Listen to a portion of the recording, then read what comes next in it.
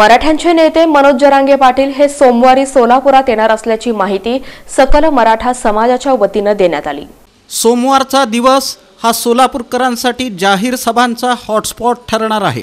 देशाचे पंतप्रधान नरेंद्र मोदी, राष्ट्रीय नेते खासदार शरद पवार, माजी मुख्यमंत्री उद्धव ठाकरे यांची जाहीर सभा सोमवारी सोलापुरात होत असून यामध्ये मराठ्यांचे नेते मनोज जरांगे पाटील सोलापुरात येणार असल्याची माहिती सकल मराठा समाजाच्या वतीने देण्यात आली।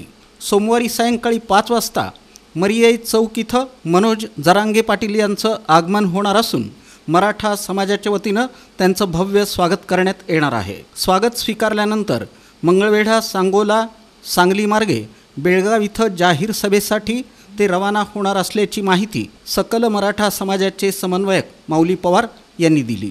सोलापुरात मनोज जरांगे पाटलांच्या येण्यामुळे शहर परिसरातील वातावरण ढवळलं जाण्याची शक्यता वर्तवली जात आहे।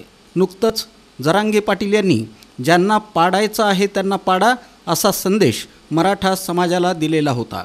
सद्यस्थितीत अनेक ठिकाणी गावभेट आणि संवाद दौरे होत असल्यानं मराठा आरक्षण आंदोलन चळवळ जिवंत ठेवण्याचं काम जरांगे पाटील यांच्या दौऱ्यामुळे होत आहे, अशी प्रतिक्रिया मराठा समाजाकडून व्यक्त केली जात आहे।